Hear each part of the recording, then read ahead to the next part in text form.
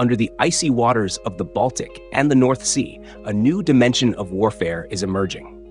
It is not the thunder of guns or the roar of fighter jets, but the silent vulnerability of undersea infrastructure, cables, pipelines, and energy lifelines that has drawn the attention of states and strategists. Denmark, a relatively small military power, has quietly moved to the forefront of this new battlefield by deploying unmanned Saildrones to monitor its waters. These sleek, wind and solar-powered vessels are more than just tools of surveillance. They represent a paradigm shift in how small nations can defend themselves against hybrid threats that do not fit the traditional mold of war. The explosion of the Nord Stream pipelines in 2022 shocked Europe into realizing that modern conflict would not necessarily declare itself with armies crossing borders. Instead, it could strike at critical infrastructure far beneath the sea, striking at energy security, economic stability, and public confidence in one swift act of sabotage. 95% of global data flows through undersea cables. Oil and gas pipelines are the arteries of Europe's energy system. If these are cut, the impact on economies and societies can be catastrophic, while the identity of the attacker may remain hidden. This is the essence of gray zone warfare. Operations below the threshold of open conflict, deniable yet devastating. Denmark's decision to deploy Saildrones is a direct response to this threat. Saildrones are unmanned surface vessels capable of operating for months at a time without refueling. They are powered by wind and solar energy, equipped with a suite of sensors, radar, sonar, cameras, and communication relays that allow them to track activity above and below the waterline. Unlike expensive frigates or manned patrol craft, they can be deployed in numbers, forming a dispersed but persistent net of observation. For Denmark, which cannot afford a massive blue water navy, these Saildrones act as silent sentinels, constantly watching the seabed arteries that connect Europe. At the heart of this approach is a concept increasingly discussed in NATO circles: deterrence by detection. The premise is simple, yet powerful. If an adversary knows their covert actions are likely to be observed, the cost of attempting sabotage increases dramatically. Submarines or covert divers laying explosives on pipelines thrive in darkness and deniability. A network of unmanned Saildrones watching constantly changes the calculus. Even if they cannot directly engage or neutralize an intruder, the very act of surveillance raises the risk of exposure, and in turn, the risk of escalation.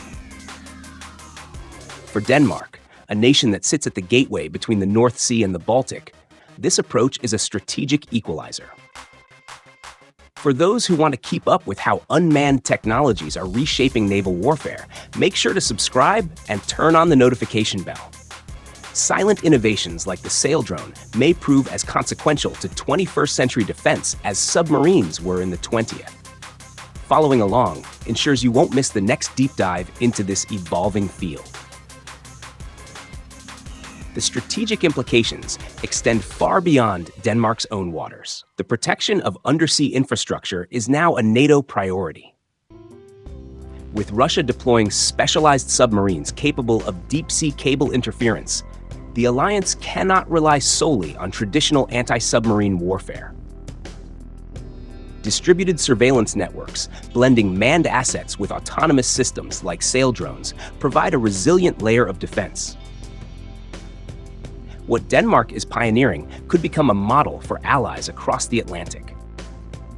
Just as Norway's North Sea oil platforms, Britain's undersea cables, and Germany's energy pipelines are all vulnerable, so too could these systems be watched by fleets of autonomous vessels, each providing data to a shared network.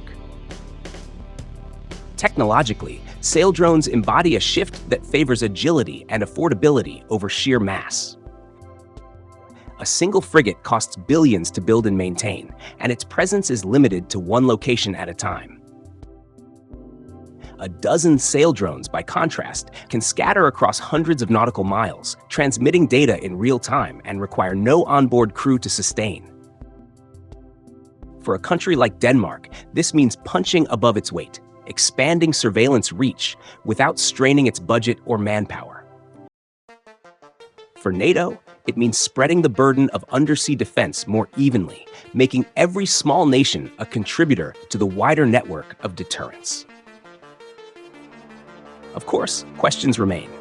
Can these unmanned craft withstand deliberate interference by adversaries? Could they be captured, jammed, or destroyed? Would their data be secure from cyber intrusion? These are not trivial concerns. Yet the advantage of deploying them in numbers is that losses become less critical. If one drone is compromised, another continues the mission.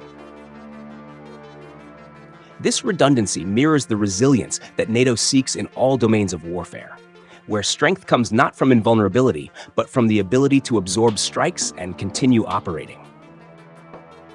In that sense, Saildrones are well suited to the logic of hybrid conflict, where persistence and adaptability matter more than raw firepower. The symbolic meaning of Denmark's decision should not be overlooked either. Greenland, the Faroe Islands, and the Danish mainland are all tied to Copenhagen's role as a guardian of NATO's northern flank. By adopting innovative tools rather than relying solely on traditional assets, Denmark signals to allies and adversaries alike that even small states can adapt intelligently to new threats. It also highlights an important evolution in strategy. Wars of the future will not only be fought by armies and fleets, but by networks of sensors, drones, and cyber systems that blur the line between peace and conflict. Whoever dominates this invisible domain of surveillance and infrastructure security gains an outsized strategic advantage. What do you think? Can Denmark's use of Saildrones truly deter gray zone warfare under the sea? Or are they just a stopgap solution until larger powers step in? Share your thoughts below. We want to hear different perspectives and build a stronger defense community through open discussion. Looking forward, the global implications are clear. If autonomous systems like Saildrones prove effective in the North Sea, why not replicate them elsewhere? The Mediterranean, the South China Sea, the Indian Ocean, all are riddled with critical cables and pipelines that sustain modern economies. China has invested heavily in unmanned surface and subsurface vehicles for its own maritime ambitions. NATO's experimentation in Northern Europe is therefore not only a regional defense effort, but also a test case in the global contest over who controls the silent highways of the deep. In the coming decade, the balance of power may depend less on who has the largest carrier fleet and more on who has the smartest, most resilient undersea surveillance network. In closing, Denmark's Saildrone program is not simply about a handful of unmanned craft. It represents a mindset to see threats where others see only infrastructure, to innovate with limited means, and to transform surveillance into deterrence. This is the true battleground of the 21st century's silent wars. If you found this analysis valuable, don't forget to like, subscribe, and enable notifications. Your support helps us deliver more in-depth insights on how technology, strategy, and geopolitics are converging in today's turbulent world.